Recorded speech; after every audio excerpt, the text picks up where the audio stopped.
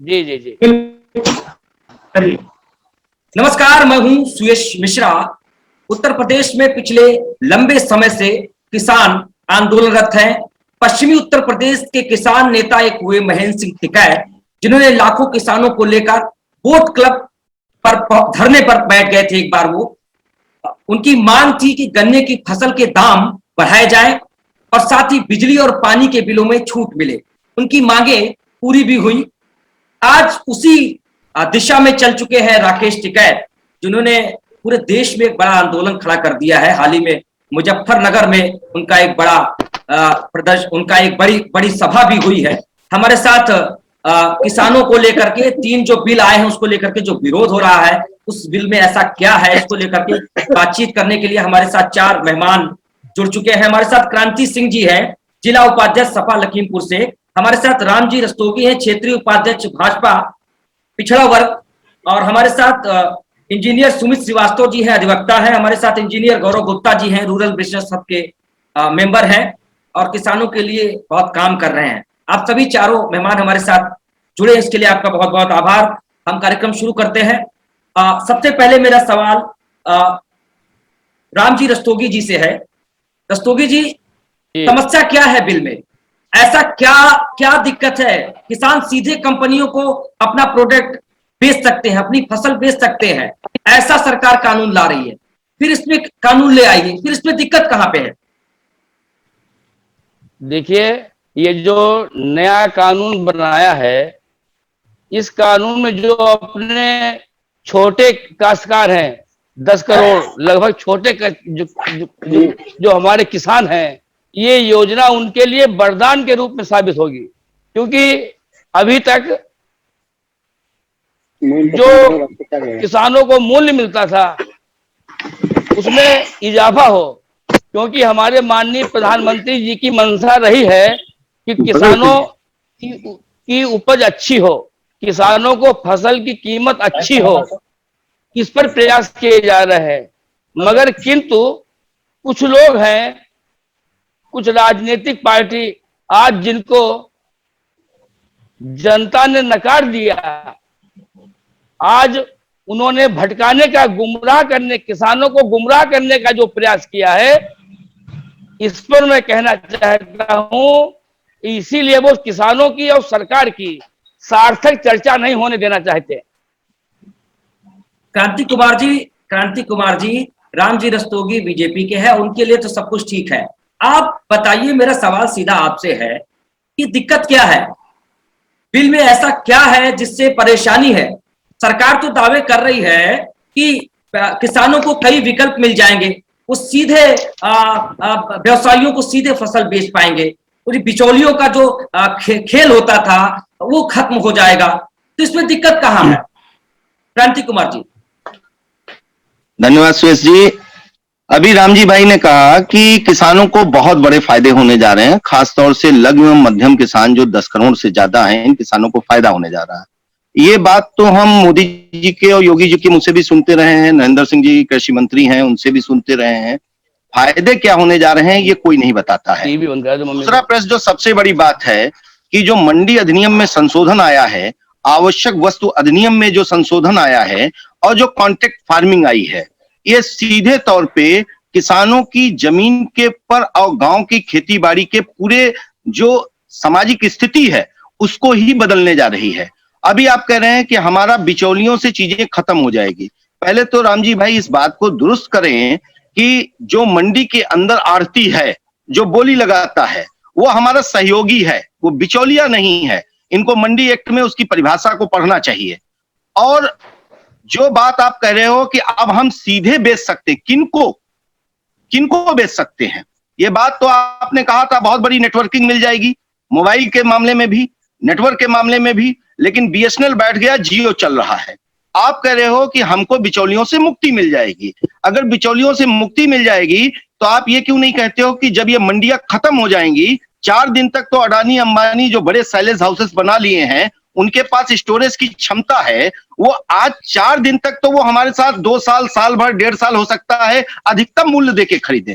लेकिन आने वाले समय में हम इनके गुलाम हो जाएंगे जब हमारे पास बेचने की कोई जगह नहीं बचेगी। ये इसको जो बोल रहे हैं कि 10 करोड़ किसान मुनाफे में जाएंगे, साहब हम आपको बताना चाहते हैं, तराई की बेल्ट से हम आते हैं, लखीमपुर से, गन्ना उत्पादन का सबसे बड़ा क्षेत्र माना जाता है। हमारे लिए क्रेशर भी है, बिचौलिया नहीं है, हमारे लिए चीनी मिल भी है। 5 साल से तो भाजपा सरकार ने हमको रेट नहीं दिलाए, आज भी करीब 9,000 करोड़ रुपया इस सरकार के ऊपर बकाया है। बड़ी बड़ी बातें हो रही हैं। क्या आज तक कोल्हू और क्रेशर से गन्ना के किसानों को वाजिब मूल्य मिला है? हमेशा निर्धारित 325 रुपए क्विंटल का रेट है, लेकिन किसानों को 100 रुपया, 120, 150, 180 तक में उनका गन्ना खरीद लिया जाता है, लूट लिया जाता है। राम जी जवाब दीजिए। राम जी जवाब दीजिए। किसानों का करोड़ों रुपए गन्ना का बकाया है, अभी नहीं मिल पाया, और आप किसानों की तरफदारी कर रहे हैं, किसानों के लिए कानून ला रहे हैं, और किसानों का लाखों रुपए, करोड़ों रुपए बकाया है। जवाब दीजिए राम जी, जवाब दीजिए। मैं भी जो है हमारे भाई क्रांति कुमार जी का पड़ोसी हूँ। हमारे यहाँ 2 चीनी मिले हैं, 2 चीनी मिले हैं। लास्ट की 2 पर्चियों का पेमेंट नहीं हुआ है, सारा पेमेंट हो चुका है। आपकी मोहम्मदी हमारे राष्ट्रीय अजबापुर चीनी मिल, इस देश के प्रधानमंत्री मोदी जी ने कहा था किसानों का पसीना स्वीट होता है, क्योंकि यहाँ अधिकतम गन्ना पैदा होता है। क्या 14 दिन में आप पेमेंट कर पाए? 5 साल में आपने गन्ने का रेट बढ़ाया, 1 रुपया नहीं बढ़ाया। आप सिर्फ मोहम्मदी विधानसभा को मत मानिए, मैंने आपसे कहा उत्तर प्रदेश के अंदर 9,000 करोड़ 30 रुपया बढ़ाया गया है। कहाँ 30 रुपया बढ़ा है? किस जगह आप लोग किस सपनों में जीते हैं? कौन से सपने में जीते हैं? ये मीडिया के साथी हैं, मीडिया के साथी हैं। बसपा की सरकार में बढ़ा, रिकॉर्डेड चीज है। सपा की सरकार में बढ़ा, आपने 1 रुपया नहीं बढ़ाया है। आप बात कर रहे हो जब 35 रुपया अभी आपने एमएसपी पे गेहूं पे बढ़ाया, लेकिन आपने 35 रुपया डीजल पे बढ़ा रखा है, नहीं बताते हो। ये सवाल थोड़ा सा हमारी डिबेट अलग जा रही है। मामला ये समझ लो। राम जी हम गन्ना किसानों पर अलग से डिबेट कर सकते हैं। यहाँ पर 3 नए जो कानून आए हैं, एक कानून आया है जी, एक कानून आया है आवश्यक वस्तु अधिनियम, जिसमें 85 वस्तुएं देश के अंदर उनकी लिमिट क्या होगी व्यापारियों के पास स्टोरेज करने की। इस कानून के आने से पहले ही व्यापारियों को, अडानी अंबानी को पता था, उन्होंने बड़े बड़े सैलेज हाउसेस बना लिए। जवाब दीजिए। उसकी स्थिति यह है कि आज ब्लैक मार्केटिंग के लिए कालाबाजारी को आपने विधि सम्मत कर दिया, आपने कानूनी कर दिया, और जिसका नतीजा है 200 रुपए किलो से ज्यादा कड़वा तेल बिक रहा है। जिसका नतीजा है कि आज किचन का बजट आम आदमी और गांव वालों के, गरीबों के थाली से बाहर हो गया है।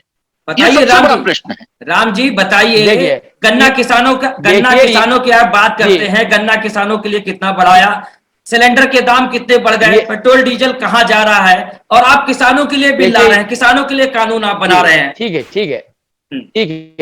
इधर 1.5 सालों में ये जो कोरोना के चक्कर में ये जो पूरे तमाम चीन, जापान, इंडोनेशिया, अमेरिका सब तबाह हो गए। मोदी जी ने अटूट रूप से खड़े होकर अपने जो जनता से सहयोग लेकर जो इतनी बड़ी जो है त्रासदी झेली है।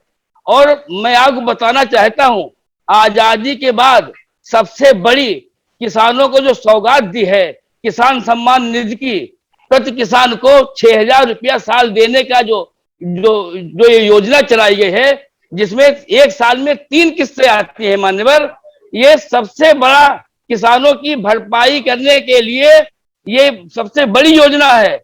मित्रों, महीने में 2 बार किसानों को फ्री गल्ला देने की योजना चलाई गई। आप ये समझो कि क्या हाल और देशों के क्या हाल है। आप ये समझो कि किसानों के लिए पहले क्या था भैया, हमारे यहाँ बिजली का कनेक्शन नहीं हो पाता था, आदमी जो है अपना कनेक्शन नहीं ले पाता था, गैस भी नहीं मिल पाती थी सर, गैस भी नहीं मिल पाती थी। लेकिन आज 350 की गैस आज कितने में मिल रही है ये आप जान रहे हैं। कोई बात, पेट्रोल कितने में मिल रहा है ये भी आप जान रहे हैं। और किसानों की जब 300 की जी जिस जब वक्त 300 की वैसी गैस थी, बिजली का तब कनेक्शन हम लोग किसानों के तब हम- बिजली का तब हम कनेक्शन लोग छूट पे 7200 रुपए में प्रति किसान का हो जाता था। भाजपा सरकार आने के बाद ये है बिजली का बिल बढ़ा के किसानों का खून चूस रहे हैं। लेकिन ये आज की डेट में स्थिति ये हो गई है, अगर हम किसानों को बिजली का कनेक्शन लेना है तो हमको 1 लाख से ऊपर शुरुआत करनी पड़ती है, उसका एस्टीमेट बनता नहीं। है। पिछली सरकारों में उस पैसे को सरकार जमा करती थी, अब बीजेपी सरकार हम किसानों से वो भी पैसा लेती है। बिल्कुल। तो आप अब 7200 की नहीं। रसीद की बजाय 1.5 लाख 2 लाख रुपए का अमाउंट लगाते हैं हमारे ऊपर। मान्यवर सुनिए, और राम जी भाई जानते भाजपा होंगे, सरकार ने बड़े भाई हमारे समाजवादी फार्मर- पार्टी की सरकार में बीजेपी वालों के सैकड़ों कनेक्शन, हजारों कनेक्शन इसी मोहम्मदी क्षेत्र में हुए होंगे, और आज की डेट में ये अपने लोगों का कनेक्शन नहीं करवा पा रहे हैं। चलिए विकास की बात ऐसा हो रही नहीं है। है। हमारे साथ सुमित आज जी, अभी हमारे साथ सुमित जी जुड़ जी। हमारे साथ सुमित जी भी हैं, अधिवक्ता है, हम उनका एक पक्ष भी जान लेते हैं। सुमित जी, कॉन्ट्रैक्ट फार्मिंग की अगर बात होती है, कॉन्ट्रैक्ट फार्मिंग तो कई जगह कॉन्ट्रैक्ट फार्मिंग हो रही है, लेकिन इसका रेगुलेशन नहीं हो पा रहा है। ये भी एक बड़ा मुद्दा है, ये भी एक बड़ी मांग है। आप कैसे देखते हैं इसको, सुमित जी? Thank you. सबसे पहले तो मैं अपने दोनों साथियों के जो आपस में डिबेट हो रही थी उसके लिए मैं धन्यवाद देना चाहूंगा, क्योंकि कहीं ना कहीं मैं ये कहना चाहूंगा कि सबसे बड़ी बात यह है कि हमारे देश में कृषि कानून बिल अभी तक बना नहीं था, ठीक है, तो ये बनना भी जरूरी था। कहते हैं कि 2004 में, आप लोग अगर भूल गए होंगे तो मैं थोड़ा पीछे जाना चाहूंगा, 2004 में किसानों की समस्याओं को गहराई से समझते हुए एक रिपोर्ट तैयार की गई थी MS स्वामीनाथन द्वारा। उससे पहले एक राष्ट्रीय किसान आयोग की स्थापना की गई थी। इसका उद्देश्य यही था कि हम किसानों की जो समस्याएं हैं, कहते ना कि उन्होंने बोला हुआ था कि हमारे किसान एक जीवन की रेखा है, वो हमारा जीवन है, खेती हमारा जीवन है, उसके बावजूद भी हमारे किसान जो जीवन चलाते वो मर रहे हैं। तो उनकी समस्या को देखते हुए उन्होंने एक रिपोर्ट तैयार की थी। उसमें उन्होंने ये कहा था कि किसान जितनी भी लागत लगाता है उस लागत का 50% मिला के, मतलब 150% हो गया है, वो आप किसानों को दे दीजिए और उसके बाद कोई समस्या ही नहीं होगी, क्योंकि किसानों को वैसे भी भारत में कोई समस्या नहीं है। किसान अपने हिसाब से जीता है। आप अगर, मैं बीजेपी की बात करूंगा कि 6000 देते हैं, अगर नहीं दे रहे थे तो भी चल रहा था, दे रहे हैं तो भी चल रहा है, कोई सिफारिशें लागू हो रही थी तब भी चल रहा था, नहीं हो रही थी तब भी चल रहा था। अब मैं कॉन्ट्रैक्ट फार्मिंग की, जैसा आपने पूछा, उसकी मैं बात करूंगा। कॉन्ट्रैक्ट फार्मिंग एक्चुअली नगदी की फार्मिंग होती है, जो हमारे पूरे देश में अगर कहीं ना कहीं कॉन्ट्रैक्ट फार्मिंग आजकल हो रही है, उसमें लेमन ग्रास हो गई, वेटिबर हो गई, वो 50 तरीके की ऐसी चीजें हम लोगों से, किसानों से उपज करवाते हैं, जिसमें सबसे ज्यादा फायदा उन लोगों को होता है जो प्रायोजक होते हैं। किसानों का उसमें कोई लाभ नहीं, किसानों का बस इतना लाभ है कि उनको, अगर वो गन्ना बो रहे थे तो उसमें उनके लिमिटेड पैसा आ रहा था, लेकिन उनका जो कॉन्ट्रैक्ट फार्मिंग है, कॉन्ट्रैक्ट फार्मिंग में उनको थोड़ा ज्यादा पैसा मिलता है।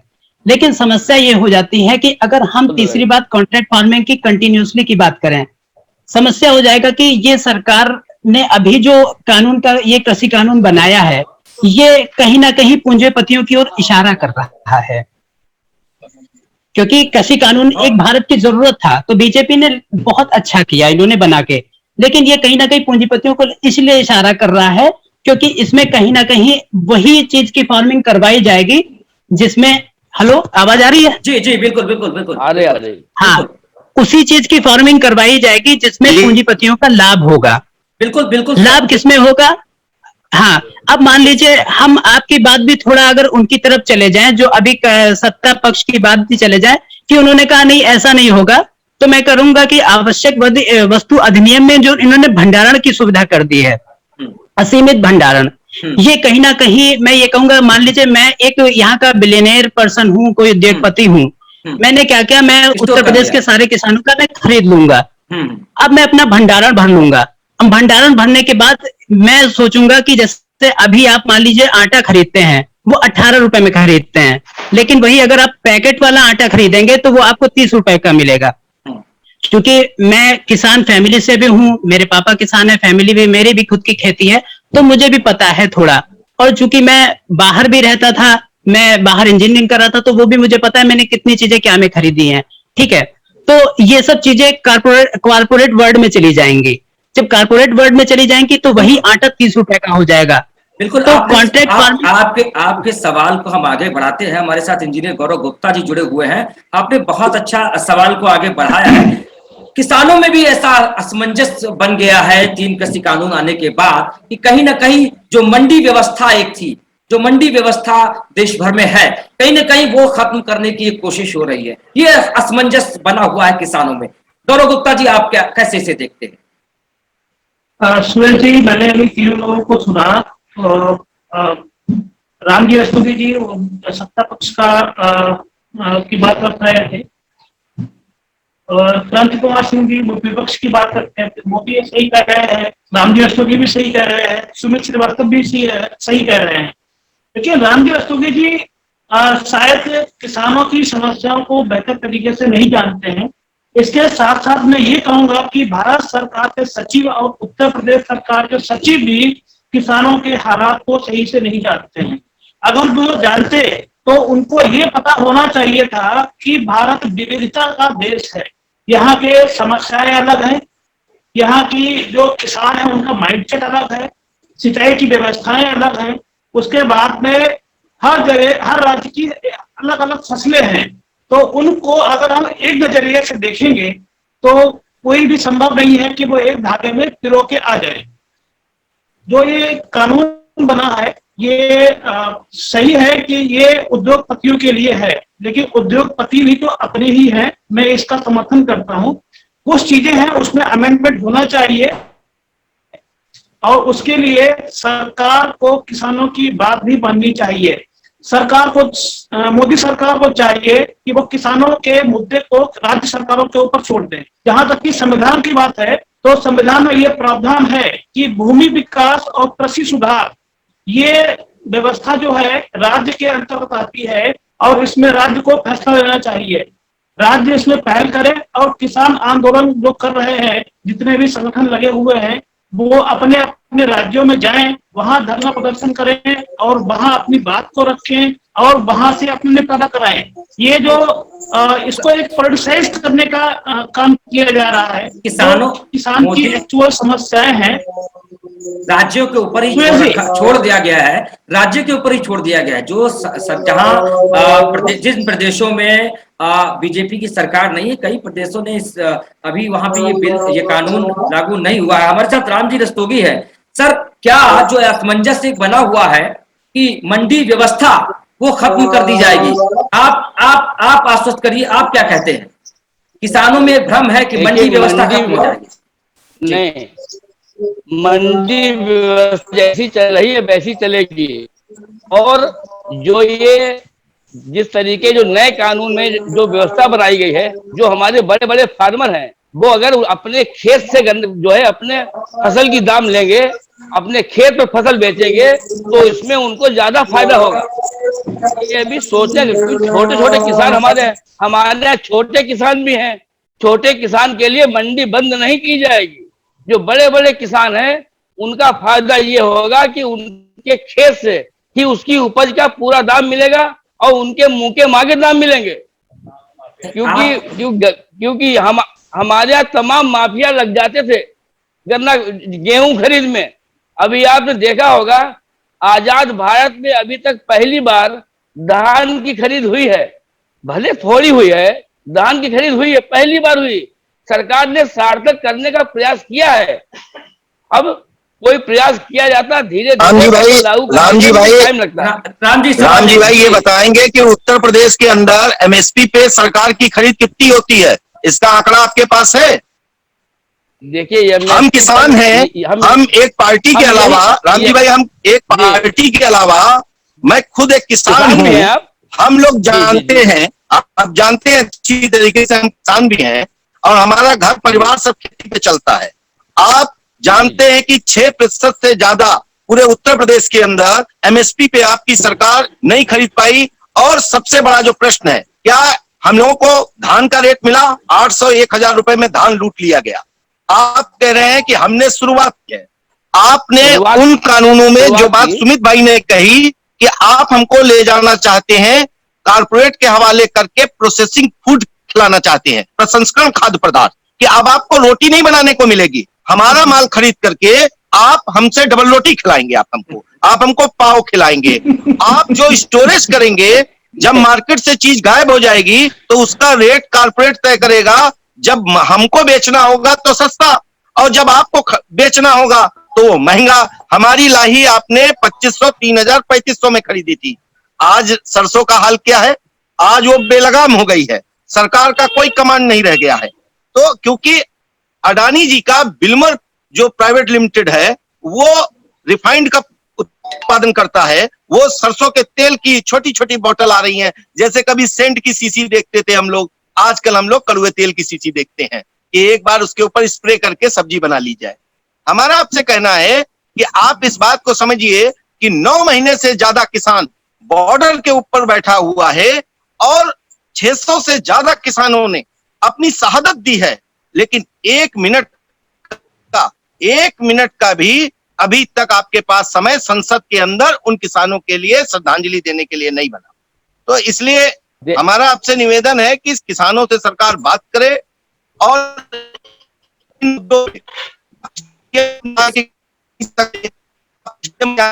आवाज कुछ कट रही है राम जी, किसानों के उसके बाद सरकार किसानों के ऊपर आवाज कट रही है जी राम जी, किसानों के ऊपर तो लाठियां चलाई जा रही है। किसानों, मैं आपको राम जी सुन लीजिए, मैं आपको एक आंकड़ा दे रहा हूँ। उत्तर प्रदेश में एक मंडी परिषद है, आप जान रहे हैं? उत्तर प्रदेश में एक मंडी परिषद है। मंडी परिषद की सालाना आय होती थी 2000 करोड़ रुपए, सालाना आय होती थी 2000 करोड़ रुपए। इन जो कि मंडी के अंदर या बाहर जो व्यापारी व्यापार करते थे, हर प्रति कुंटल के हिसाब से 40 रुपए या ऐसे उनको मंडी परिषद को कर देना होता था। यही उनकी आय थी मंडी परिषद की, टैक्स देना होता था। 2000 करोड़ थी। इस नए कानून के आने के बाद चूंकि बताया गया कि मंडी के बाहर किसान सीधे फसल बेच सकता है और इसे वो मंडी टैक्स से भी मुक्त हो जाएगा। और इसका जो 25-40 रुपए जो टैक्स जो मंडी परिषद को व्यापारी देते थे, अब उसका फायदा सीधे व्यापारियों को हो रहा है, किसानों को नहीं हो रहा है। मंडी परिषद की आय 2000 करोड़ से घटकर आज 300 करोड़ 400 करोड़ बच गई है। आप जानते हैं मंडी परिषद उत्तर प्रदेश में तमाम सामाजिक कार्य कराता था, सड़कें बनवाने का काम कराता था। आज सारे डेवलपमेंट के काम रोक दिए गए हैं इस कानून के आने के बाद। क्या आप कहेंगे इस पर? क्योंकि इसलिए रोक दिया गया, सरकार ने गांव-गांव जो सड़कों का जाल बिछाया, वो पैसा मंडी से न जाकर हमारी जो प्रधानमंत्री जो है जो सड़क जो नीति है उसके तहत ये पैसा जाए। आपने देखा होगा कि सरकार की योजनाओं को जान लीजिए, उसके बाद जवाब दीजिए। मंडी परिषद किसानों की परिषद है और मंडी परिषद का पैसा आप नहीं खर्च कर सकते। आप गलत तथ्य मत दीजिए।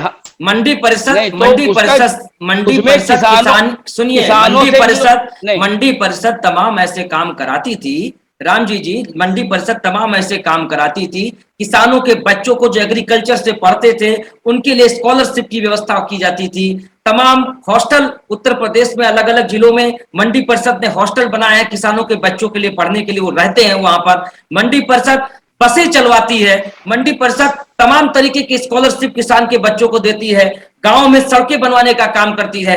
ये सारे प्रोजेक्ट ये सारे जो जनहित के काम थे आज रुक गए हैं, रोक दिए गए हैं, क्योंकि मंडी परिषद के पास सुरेश जी, किसानों की दुर्घटना में, खेती के दौरान किसानों की दुर्घटना में हुई मृत्यु या फसल के खलिहान में जाने मुआवजा भी परिषद देती है।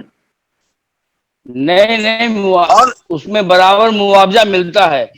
और आप उसकी बात कर रहे हैं, सरकार ने किसानों के बच्चों की फ्री कोचिंग की व्यवस्था की। आप समझो, फ्री कोचिंग की व्यवस्था की। आज डीजल की खपत किसानों में मुश्किल से 10% रह गई। तमाम तरीके अपने 10% आप लगाओ और सोलर प्लांट लगाओ। 10% देकर जो सोलर प्लांट की व्यवस्था की गई, आप कुसुम योजना के अंतर्गत, सुनो, कुसुम योजना के अंतर्गत सोलर पावर पंप लगाए जा रहे हैं। आप एमएसपी की गारंटी क्यों नहीं दे देते किसानों को? किसान को आश्वस्त करा दीजिए आप कि एमएसपी आप देंगे उसे। इसका एक बिल इस कानून में इसका प्रावधान क्यों नहीं आपने किया?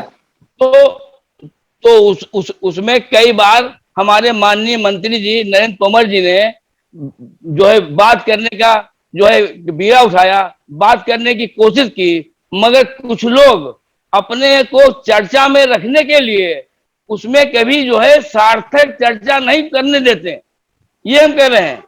और ऐसे तमाम राजनीतिक इवेंट चल रहे हैं, उसके षड्यंत्र के तहत वो इवेंट कर रहे हैं। जो लोग किसानों के लिए आज आंसू बहा रहे हैं, मैं पूछता हूं जब उनकी सरकारें थी तब उन्होंने क्या किया? आपको याद होगा कांग्रेस की सरकार थी केंद्र में, डबल इंजन की, राम जी डबल इंजन की सरकार है, संसद में बहुमत आपका, विधानसभा में बहुमत आपका, राज्य की सूची का विषय है संविधान में। आप तत्काल कानून बनाइए ना, एमएसपी की गारंटी आपने देखा होगा सारे किसान आंदोलन कर रहा है, पक्ष को नौटंकी करने से रोक दीजिए। सवाल ये है कि किसानों का सीधा सा सवाल है, एमएसपी की गारंटी आप क्यों नहीं दे देते? एमएसपी की अगर किसानों को गारंटी मिल जाए तो सारा झमेला जो इतना खड़ा हुआ है सरकार के खिलाफ ये खत्म हो जाएगा। अब तक ये समाप्त हो गया होता। ये जो लोग जो है किसानों का और सरकार का जो मतभेद जो पैदा कर रहे हैं, वो अगर शांत हो जाए तो ये 2 दिन में निपट जाएगा मामला। वो केवल अपनी रोटियां सेकने के चक्कर में वो ये उलझाए हुए है और इसको सीधा सीधा राजनीतिक ध्रुवीकरण। अभी जानते हैं कि 6 महीने बाद चुनाव आने वाले हैं, ये हम चुनाव तक घसीटेंगे, सरकार को नकारेंगे, ऐसा कुछ नहीं हुआ। अभी आपने देखा होगा कश्मीर में चुनाव हुआ, किसानों ने जो है बीजेपी के समर्थन में ही जो है वोट दिया, क्योंकि उन्होंने देखा है कि भाजपा से हमें कोई दिक्कत नहीं। मोदी जी ने जो सिस्टम बना रखा है, योगी जी ने जो सिस्टम बना रखा है, उसमें उन्होंने जनहित का काम किया है, सबके लिए काम किया है। अभी सपा की सरकारें थी, अभी जब कहीं बाढ़ आ जाती थी, कहीं सूखा पड़ जाता था, तो एसडीएम को निर्देश आते थे मान्यवर कि फला लोगों को मिलना चाहिए, फला लोगों को मिलना चाहिए। आज हमारी सरकार में मोदी जी ने सबके साथ, अगर हमने कोई भी योजना लॉन्च की, इसमें किसी को जात पात पर नहीं तोला, सबको एक साथ काम दिया है, सबको एक साथ सम्मान किया है, सबको एक साथ देने का विश्वास दिलाया है।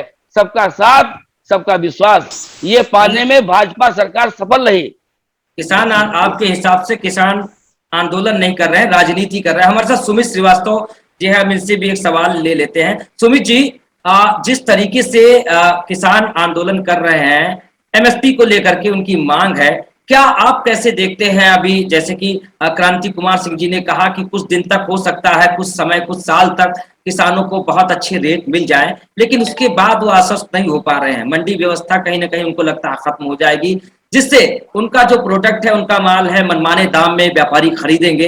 एमएसपी की गारंटी उन्हें चाहिए, इसे आप कैसे देखते हैं? सर, मैं क्रांति कुमार जी की बात से सहमत हूँ। कारण इस बात का यह है कि आप अगर इन्हीं तीनों कानून की तरफ अगर आप नजर घुमाएं, तो इन तीनों कानून के अलावा एक और, मैंने जो MS स्वामीनाथन की रिपोर्ट थी, केवल उन 4 के पीछे ही सारी धुरी घूम रही है। मेरा मानना है कि कहीं ना कहीं अगर पूरे देश के किसान आज एक सूत्र में बंध चुके हैं, जो काफी गरीब हैं। अभी मैं ये बताना चाहूंगा कि हमारे देश में कम से कम 86% किसान ऐसे हैं जो गरीब हैं। किसान कैसे होते हैं? वो लोन लेके खेती करते हैं, और लोन लेके खेती करने के बाद वो अपना पहले, अगर आप ये सोच लीजिए कोई जो मौसम की मार पड़ गई तो वो कर्ज में चले जाते हैं। कर्ज में जाने का मतलब है कि उस साल का सब कुछ गया।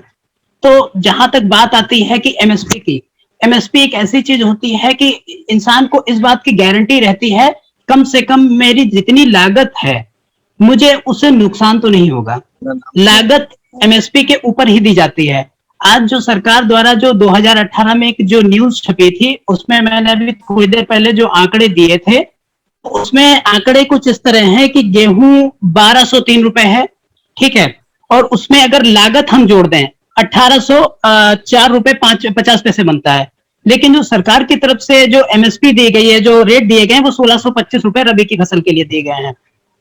तो अगर ये वैज्ञानिक तर्क और वैज्ञानिक आधार और तर्क के आधार पर देखें तो कुछ समझ में नहीं आता, क्योंकि हमारी जितनी लागत है, अगर हम उससे ज्यादा नहीं कमाएंगे तो अगली फसल की तैयारी कैसे करेंगे, क्योंकि उसमें लागत में हमारी कई चीजें जुड़ जाती हैं। किसानों का पक्ष सिर्फ यह है कि आप एमएसपी तय कर दें, किसी भी चीज के लिए एमएसपी तय कर दें, एमएसपी के बाद हम देख लेंगे क्या करना है। और दूसरी बात, जो अनलिमिटेड जो हमारा भंडारण है, जो हम लोग ने इन्वेंट्री इतनी बना रखी है, मेरा मानना यह है कि अगर हम गांव में ही छोटी छोटी मंडी बना दें और उसके लिए एक सिंगल विंडो सिस्टम कर दें। सिंगल विंडो सिस्टम क्या है कि हमारा जैसे ब्लॉक मोहम्मदी है, उस ब्लॉक में हमने सिंगल विंडो सिस्टम बनाया, उसके छोटे छोटे कार्यालय मैंने गांव में खुलवा दिए, वहां पे मंडी की छोटी छोटी व्यवस्था, एक भंडारण बना दिया।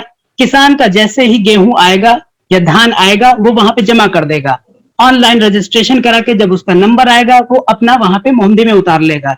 इससे ना तो मौसम की मार से उसका गेहूं सड़ेगा, ना धान सड़ेगा, और थोड़ा उसको ये भी गनीमत रहेगी कि अगर वो थोड़ा ठहर सकता है तो वो ठहर भी जाएगा। कारण यही है कि हमारे पास सरकार ये सब चीजें कर सकती है, लेकिन उसके बावजूद भी हम अगर कहते हैं कि इधर उधर घूमे, कान को चाहे इधर से पकड़िए चाहे इधर से पकड़िए, कान नहीं पकड़ा जाएगा। तो मेरा मानना यह है कि अगर मेरे पॉइंट ऑफ व्यू से देखा जाए तो सरकार को थोड़ा इसके ऊपर विचार करना चाहिए। ये राजनीतिकरण नहीं है, इसको अगर हम राजनीतिकरण की बात कहें तो इसको एक ही झटके में हम हटा सकते हैं कि हम रात में एक बार 8 बजे मोदी जी का संबोधन सुने और वो कहें कि एमएसपी मैंने इसकी निर्धारित कर दी है। एमएसपी निर्धारित होने के बाद आपका जो भंडारण है इसके ऊपर भी हम विचार रखेंगे, विचार कर रहे हैं कि हम उसको लिमिटेड कर दें। कॉन्ट्रैक्ट फार्मिंग में हम लिमिटेड चीजें करेंगे ताकि हमारा कोई भी हम वो ना चीजें पैदावार करवाएं जिससे भविष्य में भूखमरी का संकट पैदा हो जाए। बिल्कुल जी। क्रांति कुमार जी, राम जी गुप्ता जी ने एक बहुत बड़ा आरोप लगाया कि ये किसानों का आंदोलन नहीं, किसान नेताओं का आंदोलन है, किसान नेता राजनीति कर रहे हैं, आप क्या कहेंगे?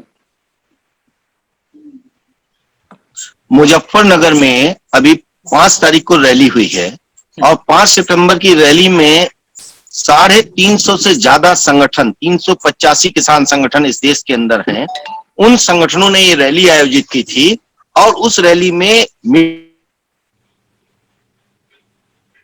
20 लाख लोगों का जमा वहां पे हुआ। ये जो में पहुंच रहा था, ये जो किसान सर पे गंभीर करके पहुंच रहा था, इतना 20 लाख लोग किसानों में नेता होंगे आपकी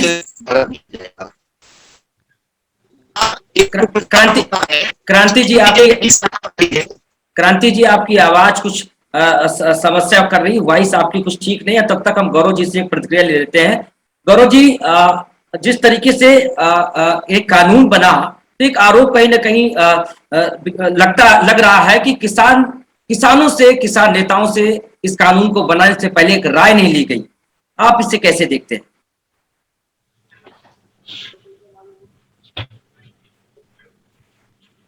गौरव जी, आप तक आवाज आ रही है?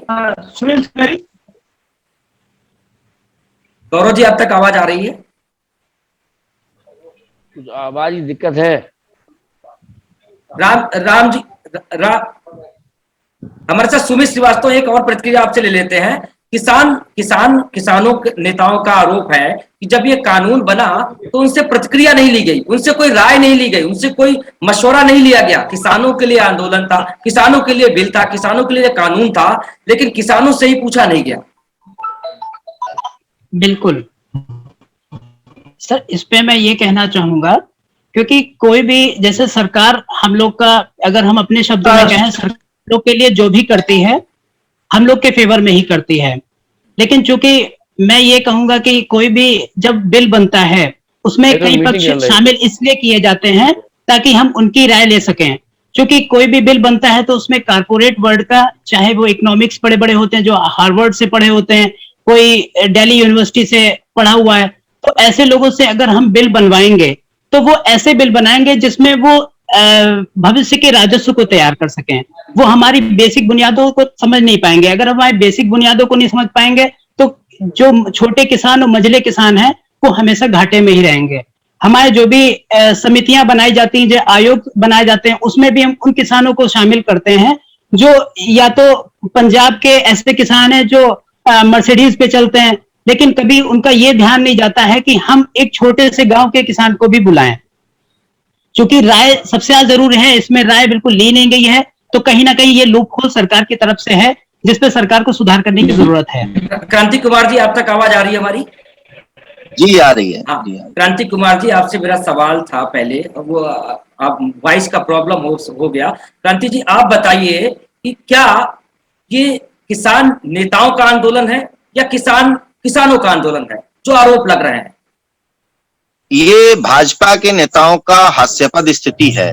अगर अभी भी मुजफ्फरनगर की रैली के बाद 20 लाख लोगों के जुटान के बाद 385 से ज्यादा किसान संगठनों के द्वारा इस आंदोलन को संचालित किया जा रहा है, अगर इसको नहीं सुन पा रहे हैं तो आपको समझना चाहिए कि वो सुनना नहीं चाहते हैं। नोटबंदी में भी आपने मीडिया ने सबने इस बात को उठाया था कि ये नोटबंदी बैंकों को डुबो देगी। तब इन्होंने कहा ये सारे लोग ब्लैक काला धन रखने वाले लोग हैं जो चिल्ला रहे हैं और खाली ये लोग देशद्रोही लोग हैं। लेकिन आज सरकारी बैंकें डूब गई, मर्जर हो गया, 12 बैंकें बची हैं। एक बड़ी बैंकों की संख्या खत्म हो गई इस देश के अंदर। आज मार्केट के अंदर चले जाएगी तो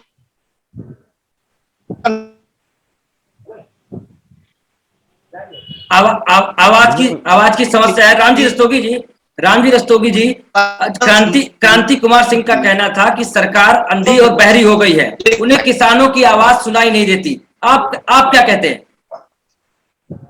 देखिए मिश्रा जी, आपने भी देखा होगा, मैंने भी देखा है, सरकार ने कई पहल की और चंद लोग जो है कभी जो है ये जो है इसमें हल जब निकलने होता है उसमें अड़ंगा लगा देते हैं।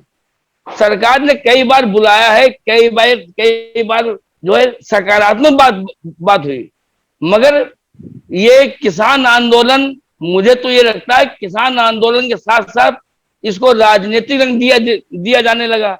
किसान आंदोलन में जिस तरीके से जो है अन्य जो है गलत तरीके के नारे लगते हैं, ये तो बड़ा हास्यास्पद स्थिति है।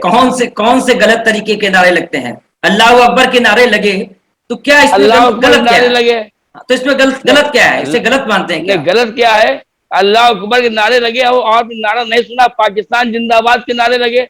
आप ये तो हमने नहीं सुना। आप पूरी बात सुनो, आपने एक बात सुन ली, अल्लाह अकबर के नारे लगे, अच्छी बात, मैं जय श्री राम बोलता हूँ, अच्छी बात, वो अल्लाह अकबर, लेकिन हर हर महादेव बोला वो आपको नहीं सुनाई दिया। आईटी सेल ने शुरू किया, अल्लाह अकबर तक सीमित कर दिया। इन नारों से पाकिस्तान जिंदाबाद के नारे लगे नहीं राम जी, ये किसी ने नहीं सुना। अल्लाह अकबर बोलने से परेशानी क्या है? जब ओवैसी संसद में शपथ ले रहे थे, उस दौरान बीजेपी के तमाम और अन्य दलों के सांसदों ने जय श्री राम का उद्घोष किया था। तो इसमें दिक्कत कहाँ है? अल्लाह अकबर के नारे से समस्या क्या है? हम समझते पाकिस्तान जिंदाबाद नारे कैसे आ गए? अरे भाई, आप लोग तालिबान जिंदाबाद कर रहे हो, कतर के दोहा में बैठ करके वार्ता आप कर रहे हो, तालिबान को मान्यता आप दे रहे हो, आतंकी सूची में आपने नहीं डाल रखा है। आप इमरान खान से, नवाज शरीफ से मिलने जाते हो, हम लोग तो गांव के लोग, हम लोग तो कभी नहीं पहुंच पाएंगे। लेकिन ये आप मिलते हो, आपका पूरा जवाब। लेकिन क्रांति कुमार जी,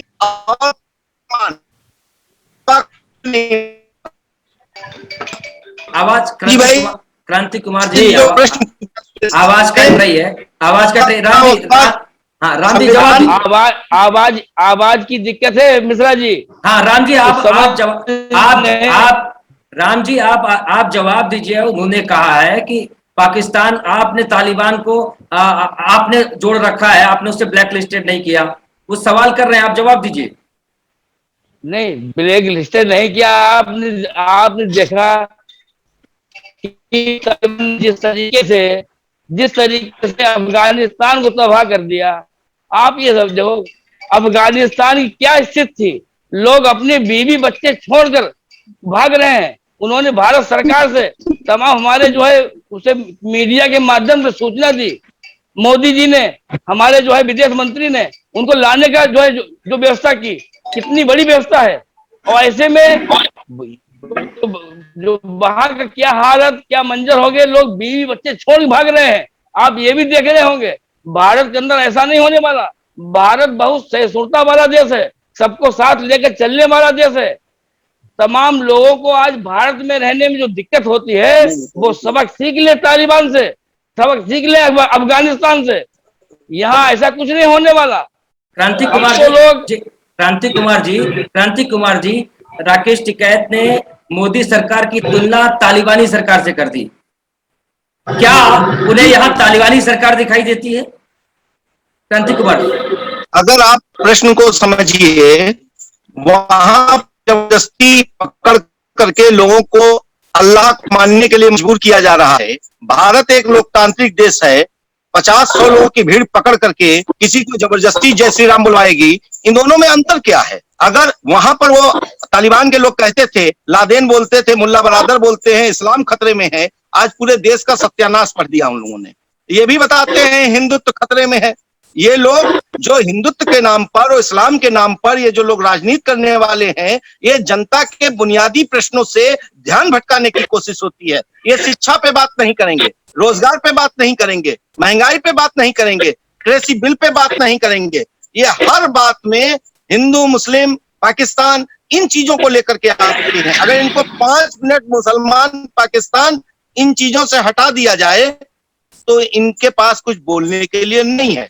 हम आपसे एक साधारण सी बात पूछ रहे हैं, तालिबान को कतर में बैठ के दोहा में इन्होंने दी, हमने नहीं दी। तालिबान को संयुक्त राष्ट्र परिषद की जिस कमेटी के अध्यक्ष है, उसने तालिबान की सरकार को मान्यता दी है। इसका जवाब तो बीजेपी के लोग दे कि आपका स्टैंड क्या है। हम तो तालिबान के विरोधी हैं। हम जानते हैं बामियान को नष्ट करने वाला, बामियान की मूर्तियों को नष्ट करने वाला तालिबान है। एक इस्लामिक, एक कट्टरपंथी ऐसा संगठन है जो महिलाओं के ऊपर, बच्चों के ऊपर बर्बर हमले आयोजित कर रहा है। आप बताइए, आप तालिबान के साथ क्यों खड़े हैं? नहीं, इस सवाल से ज्यादा महत्वपूर्ण ये सवाल है कि सर आप बताइए, क्या आप किसान नेताओं ने जिस तरीके से राकेश टिकैत ने मोदी सरकार की तुलना तालिबान से कर दी, क्या आप इसका समर्थन करते हैं? बिल्कुल सीधी सी बात है। तालिबान कहने का मतलब है ये बोलने नहीं देंगे किसी को। अभी महिलाओं ने तालिबान में प्रदर्शन किया, उनके ऊपर लाठी चली, मुकदमे लिखे गए, मारपीट की गई।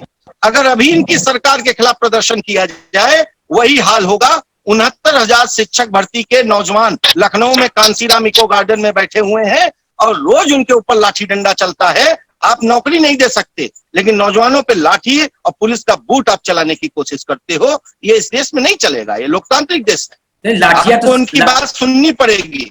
लाठियां तो सबकी सरकार में चली, समाजवादी पार्टी सरकार में भी लाठियां चली। ये तो कानून व्यवस्था का प्रश्न है। समाजवादी पार्टी सरकार में बहुत बार लाठियां पड़ी है। हम लोग कवरेज के दौरान कई ऐसे मौके देख चुके हैं जब लाठियां चली हैं। तमाम लोगों को हमने चोटिल होते देखा है। इसमें क्या है?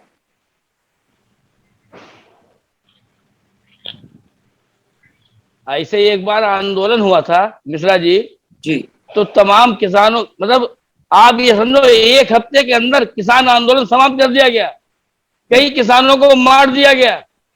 ऐसी कोई घटना नहीं हुई हमारे यहाँ, क्योंकि हमारा लोकतांत्रिक देश है। इसमें सबको अपना जो है कहीं पर जो है बात रखने का समय दिया गया। बात रखने का एक इतना लंबा पीरियड हो गया। कई सरकार के साथ कई मीटिंगें हुई, तो उसमें क्यों नहीं हल निकाला गया? इसमें केवल मिश्रा जी राजनीतिक रोटी सेकने वाले, राजनीतिक फायदा उठाने वाले, वो ये समझते हैं कि ये जब तक विधानसभाओं के चुनाव रहे तब तक हम ये आंदोलन करते रहे। इसमें फायदा किसी को नहीं मिलेगा। भाजपा ने सबका विकास किया है। आप देखो कि तमाम किसानों की लड़कियों के लिए 51,000 रुपए शादी की व्यवस्था की गई, ऋण मोचन योजना की लाई गई, किसानों के ऋण माफ किए गए, किसानों को ट्रैक्टर दिए गए, ट्रैक्टर की खरीद में छूट दी गई 20% से 50% तक। आप समझो किसानों की हितैषी सरकार है। आप धीरे धीरे देखो कि ट्यूबवेल के कनेक्शन हमारे भाई क्रांति कुमार जी कह रहे थे कि नहीं मिल रहे हैं। ट्यूबवेल के कनेक्शन पर जो उसका ट्रांसफार्मर फ्री दिया जा रहा है, जो लाइन का खर्चा है वो लिया जा रहा है। आज हमारे यहाँ किसान बहुत खुश है कि उसके डीजल की लागत 0 हो गई। क्रांति जी, मतलब आप ये समझो, ये जो किसान, हमारे यहाँ किसान को, मिश्रा जी, हमारे यहाँ किसान को, मैं भी किसान हूँ, व्यापारी भी हूँ, किसान भी हूँ, और किसान को समय नहीं मिलता बात करने का, रेडियो सुनने का, मोबाइल चलाने का, इतना बिजी रहता है। ये जो लाखों की संख्या, हजारों की संख्या में जो आंदोलन कर रहे हैं, इनका चिट्ठा निकालो। हमारे सबसे बड़े मुखिया आपके जो है इसके आंदोलन के क्या जो है, नहीं, क्या नाम, टिकैत साहब, हम मुखिया है उनके, आप समझो वो उनकी कितनी, आप समझो कि वो किसान आंदोलन, उनके पिताजी भी जो महेंद्र सिंह टिकैत जी, वो भी किसान नेता थे। उन्होंने कभी ऐसा गंदा व्यवहार किसानों को भड़काया नहीं। जो किसानों को भड़काने का, किसानों को बहलाने का जो प्रयास किया जा रहा है, ये बहुत ही शर्मनाक है। ये सरकार किसानों का अगर अहित चाहती तो क्यों जी मैं कुछ कहना चाहता हूँ। जी क्रांति जी रोटावेटर ये बात छूट दी गई। राम जी भाई इस बात को भूल गए कि 2017 के चुनाव से पहले राकेश टिकैत जी धरने पे बैठे थे, तब वो किसान नेता थे और राजनाथ सिंह उनका अनशन तुड़वाने गए थे। आज जब इनके खिलाफ आंदोलन चल रहा है, आज जब इनके खिलाफ आंदोलन चल रहा है, तो वो बहलाने फुसलाने वाले हो गए। इन बात को जानना चाहिए कि अभी तक वो बीजेपी के समर्थक थे। बालियान खाप से लेकर के पूरे मुजफ्फरनगर में इसी किसान वर्ग ने, जाटों ने, गुजरों ने इनको वोट दिया, तब तक वो ईमानदार थे। आज इनके लिए वो पराये लोग हो गए हैं, उनकी बात नहीं सुननी है, क्योंकि अडानी अंबानी का इतना दबाव। भाजपा ने कभी पराया नहीं समझा, कई बार सकारात्मक बात होते होते बची। इसका जो है, सुरेश जी मेरी एक बात समझ लीजिए, मैं आपसे कहना चाहता हूं, आप मुझसे डिबेट कर रहे हैं, आप कहें कि किसान बिल पे नहीं बोलेंगे, आप अपने गांव में क्या कहते हैं, कितना टहलते हो, कितना खाते हैं, इस पे बात करिए। आपने वार्ता बुलाई, लेकिन वार्ता बुलाने के बाद आपने कहा किसान बिल वापस नहीं होंगे, और बताओ क्या करें। तो और क्या वहां पे कोई लंच और डिनर तो करने लोग गए नहीं थे? किसान बिलों की वापसी पे बात करें। सरकार ने कहा है कि इसमें हम वापस नहीं होगा। आप जो बताओ संशोधन किसानों ने कहा से नकारा नहीं है। किसानों ने संशोधन की बात को, किसानों ने संशोधन के लिए नकारा नहीं। किसानों ने एमएसपी की मांग की थी कि हमें जो है बता दिया जाए कि मंडियां समाप्त नहीं होंगी, हमें आश्वस्त करा दिया जाए, हमें आश्वस्त करा दिया जाए कि हमें मिनिमम सपोर्ट प्राइस मिलेगा। तो इसमें क्या दिक्कत थी? बराबर कहा जाता है मंडियां समाप्त नहीं होंगी, बराबर कहा गया मंडियां समाप्त नहीं होंगी, लेकिन मंडियां कमजोर कर दी जाएंगी, मंडियां कमजोर कर दी जाएंगी।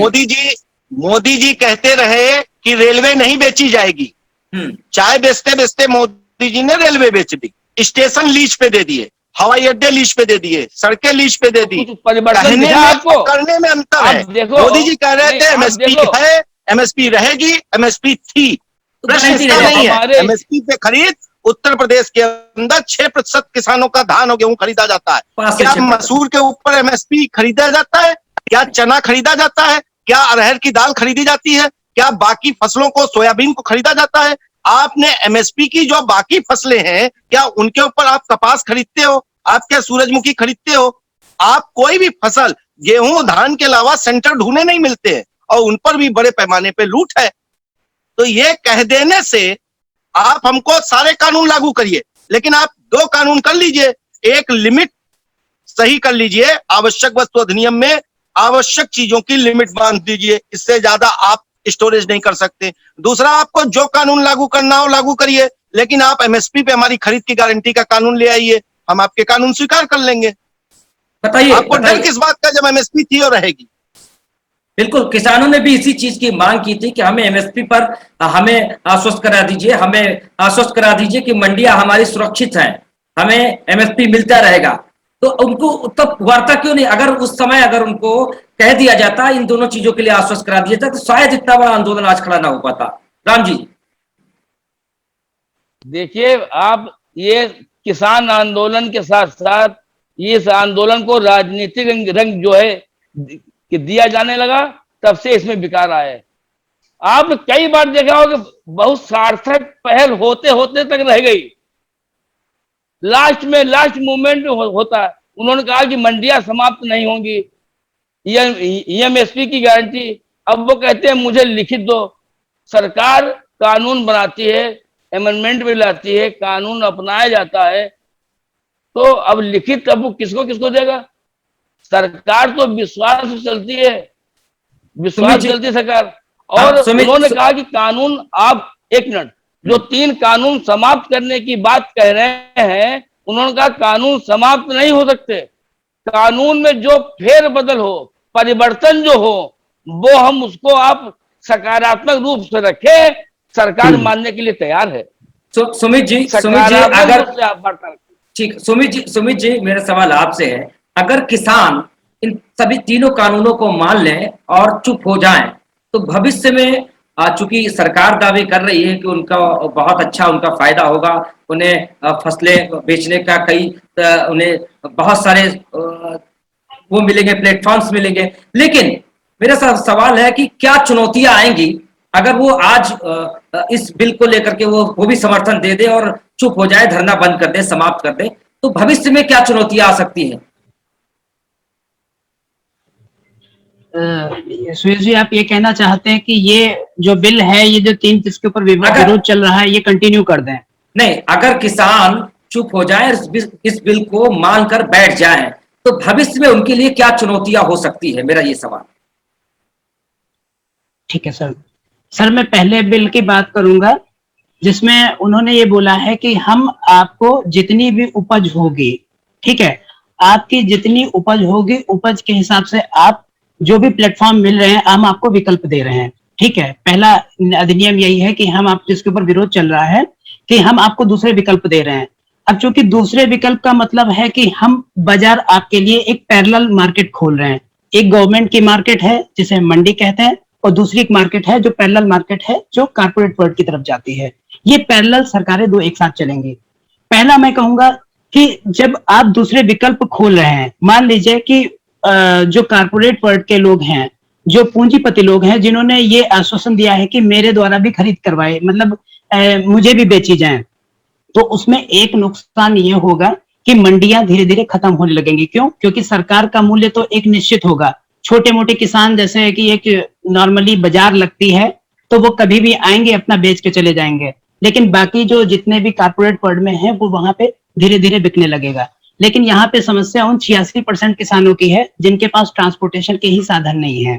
आपने कहा कि हम आपको बेरोक टोक, हम कहीं पे भी आप जा सकते हो, आपको कोई वो नहीं कहेगा, लेकिन अभी कहीं ना कहीं अगर हम देखें तो कहीं ना कहीं ट्रांसपोर्टेशन जो सबसे एक अहम मुद्दा है, उसको कौन सा बेयर करेगा? वो बेयर करना किसी के लिए भी मुश्किल रहेगा। दूसरी बात यह है कि मान लीजिए मंडी हमारे लिए पैरेलल मंडी खुल गई, एपीएमसी के दायरे से एक बार निकलने के बाद उसका राजस्व तो राज्य का पूरा चला गया, धीरे धीरे मंडियां भी खत्म हो गई, एमएसपी का कोई लेना देना नहीं है, तो उसमें कॉन्ट्रैक्ट फार्मिंग, खैर वो तो अलग बात है। जब आदमी बाहर जाने लगेगा, धीरे धीरे एक भंडारण की तरफ जाएगा, तो वही चीज की डिमांड सबसे ज्यादा की जाएगी जो उनके फायदे की है। इसमें धीरे धीरे क्या होगा कि भंडारण वो अपना भरेंगे और यहाँ पे हमें उस चीज की खेती करवाने के लिए बोलेंगे जो उनके फायदे की है। दूसरी बात यह है कि भंडारण जब हम उनके हिसाब से खेती करने लगेंगे, हमको तो सिर्फ पैसा चाहिए, लेकिन हमारे लिए किसान ही सब कुछ नहीं है, हमारे लिए आम जनता भी एक अहम मुद्दा है, क्योंकि किसान से डायरेक्टली आम जनता जुड़ी रहती है, जिसमें लोअर क्लास, मिडिल क्लास और अपर क्लास तीनों आते हैं। ये तीनों चीजें जब पैदावार इन चीजों की कम करवा दी जाएगी, तब ये डायरेक्टली महंगाई की ओर इशारा करेंगे। क्योंकि मैंने पहले भी कहा था कि पूंजीपतियों की तरफ जाने वाली वो अपने हिसाब से दाल को पैकेट में उसको पैकेजिंग सिस्टम बना देंगे, वो उसके हिसाब से बेचेंगे और ये सब चीजें हो जाएंगी। तीसरा, आपका जो भंडारण है, भंडारण ये अनलिमिटेड हो जाएगा। ये उन्होंने कहा कि एक युद्ध और अकाल जैसी एक समस्याएं होती हैं, ये उसी में ही हो पाएगा। ठीक है, इसी में हम लिमिटेड करेंगे, उसके बाद हम खत्म कर देंगे इसको। जैसे सिस्टम चल रहा है वो से सिस्टम चलेगा। तीसरा पॉइंट ये है हमारा कि ये जो आवश्यक वस्तु अधिनियम है, हमारी जो बेसिक चीज होती है, किसी की भी भूख होती है, ये कहीं ना कहीं हमसे रोटी छीन रहा है। हमने आलू प्याज जो किसी के घर में बनने वाली एक चीज है, अनाज, दलहन, तिलहन और ये क्या बोलते हैं खाद्य तेल, आप अगर बेसिक चीज किसी से छीन लेंगे तो वो कहीं ना कहीं आगे ये गृह युद्ध जैसी स्थिति खड़ी कर देगा। हो सकता है कि आने वाले 3-4 साल तक ये सही रहे, लेकिन 3-4 साल होने के बाद ये किसान को कॉन्ट्रैक्ट में अपने, कहते हैं ना कि मान लिया कि छोटा छोटा किसान है, जैसे कि अभी राम जी भैया कह रहे थे कि छोटे छोटे किसानों का हमने ध्यान रखा है। अब मान लीजिए कोई बड़ा कारपोरेट वर्ल्ड का कोई अडानी को मान लेते हैं, अडानी को, तो अडानी किसी भी छोटे किसान से डील करना नहीं चाहेगा। वो चाहेगा कि हम ऐसे किसान से डील करें जिससे हमें डायरेक्टली कहीं ना कहीं बेनिफिट मिले। तो इसमें छोटे किसानों को कहीं ना कहीं भविष्य में समस्या हो जाएगी अपना वस्तुएं बेचने में, तो वो कहीं ना कहीं फिर से मंडी के ऊपर निर्भर आएंगे। तो मंडी कहीं ना कहीं उनके लिए एक वरदान है, और एपीएमसी के बाहर बेचने का सीधा सा मतलब है कि ये सिस्टम कहीं ना कहीं फेल होता मुझे दिख रहा है। बिल्कुल, कारपोरेट घरानों को कहीं ना कहीं एक तरीके से खुली छूट दे दी गई है, क्योंकि मंडी व्यवस्था जिस तरीके से थी कि मंडी के अंदर आप बेचेंगे, मंडी के बाहर बेचेंगे, मंडी के कानून लागू होंगे, जो बिचौलिए होंगे या फिर जो खरीदार होंगे उनके ऊपर मंडी के कानून लागू होंगे। किसानों से अगर खरीदारों के बीच में अगर कोई समस्या उत्पन्न होती है तो मंडी में मंडी परिषद उसकी समस्याओं का समाधान करेगा, मंडी समितियां उनकी समस्याओं का समाधान करेंगी। लेकिन अगर अब कोई वाद विवाद होता है तो सीधे एसडीएम और वही कोर्ट वही में जाएगा, तो लंबे समय तक उनको लड़ाई लड़नी पड़ेगी मंडी व्यवस्था को लेकर के। इसी के साथ मैं आप पे ये भी बोलूंगा कि कहीं ना कहीं जब व्यापारियों में और किसानों में विवाद की स्थिति होगी, तब ये कहीं ना कहीं इसकी कोशिश होगी कि हम आपस में सेटलमेंट कर दें, तो उसमें 30 दिन का टाइम लगेगा। तो ये एसडीएम का सिस्टम जैसा आपने बोला है कि इनके पास जाएगा तो 30 दिन की बात आ गई, तो कुल मिला के जहां पे भी जाएंगे 90 दिन तो किसी सूरत में लगने ही लगने हैं। किसान सोचेगा कि चलो 90 दिन में उलझने से अच्छा है हम जैसा मिल रहा है वैसा ही ले लें।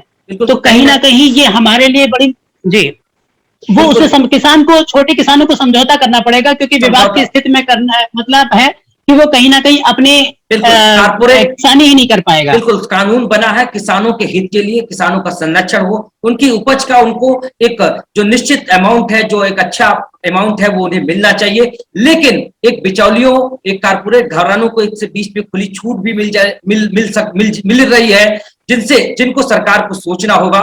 मंडी के बाहर आसानी से किसानों से सीधे कारपोरेट घराने समझौता कर सकते हैं, उनसे माल खरीद सकते हैं और इस पर कोई रोक टोक नहीं है। पहले जो कि रोक टोक थी, नए कानून आने के बाद रोक टोक पूर्तियां हट गई है।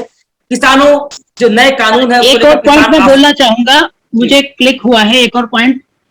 मान लीजिए कि सर मैंने मोहम्मदी में कोई गेहूं अपना मुझे बेचना है, ठीक है, तो यहाँ पे मुझे बताया कि मैं 1500 में लूंगा। इन्होंने कहा मैं बिचौलिया सिस्टम तो पूरा खत्म कर रहा हूं, लेकिन अगर हम शाहजहांपुर में बेचने जाएंगे तो शाहजहांपुर में भी कहीं ना कहीं ऐसा बिचौलिया के अपने अपने एक दलालों के कॉन्ट्रैक्ट रहते हैं। मैंने कहा कि मैं यहाँ नहीं, मैं कहीं और बेच लूंगा। उसे अगर पता चल गया मैं शाहजहांपुर में बेच रहा हूँ, तो वो शाहजहांपुर में उससे कांटेक्ट कर लेगा और कहीं ना कहीं वो उसको बोल देगा कि ये किसान आ रहा है, इसको और कम दाम बताना। हो सकता है कि उसको वहां पे और कम दाम मिले, क्योंकि उसको खुली छूट होगी, मंडियां बंद हो रही हैं, मंडियों पे एमएसपी निर्धारित नहीं है। और फिर इसके आगे मान लीजिए उसको लखनऊ जाना है, तो लखनऊ में भी उसके कहीं ना कहीं कांटेक्ट होंगे, तो कहीं ना कहीं वो मजबूर हो जाएगा, अपना ट्रांसपोर्ट चार्जेस तो उसको बेयर करना पड़ेगा और उसको शायद उस दाम पे बेचने पड़ जाए जहां पे उसको कभी उसने सोचा ना हो। क्योंकि कुछ दिन पहले महाराष्ट्र में जब मैं मुंबई में था, वहां पे भी कुछ ऐसा ही हुआ था इशू कि प्याज के दाम तो हम लोग को 35 रुपए किलो हम खरीदते थे, लेकिन किसानों से 50 पैसे में खरीदा जा रहा था सरकार द्वारा। तो कहीं ना कहीं वो किसान इतना भड़क गए थे, उन्होंने शायद दिल्ली भी वो लोग आए थे, तो उन्होंने अपने सारे के सारे प्याज रोड पे फेंक दिए थे। उन्होंने कहा कि या तो मुझसे ढुलाई करवा लो, मैं 5 रुपए भी अब खर्च करने की स्थिति में नहीं हूं, आप खाली ढुलाई करवा लो, मैं से ढुलाई दे दो और मैं यहाँ से प्याज उठा ले जाओ। आलू की भी स्थितियां मोहम्मदी जैसे कई जगह पे ऐसी रह चुकी हैं। बिल्कुल, ये तमाम चुनौतियां हैं कि बिल किसानों को, कानून जो है वो किसानों के हित के लिए है, लेकिन ये भी देखना होगा कि आने वाले समय में किसानों के लिए कितनी चुनौतियां बढ़ जाएंगी। कितना उन्हें मशक्कत करनी पड़ेगी। आप सभी खास मेहमान हमारे साथ जुड़े, इसके लिए आप सभी का शुक्रिया, आभार। फिर मिलेंगे ऐसे तमाम मुद्दों को लेकर के, तब तक देखते रहे, हमारे साथ बने रहे। नमस्कार। नमस्कार।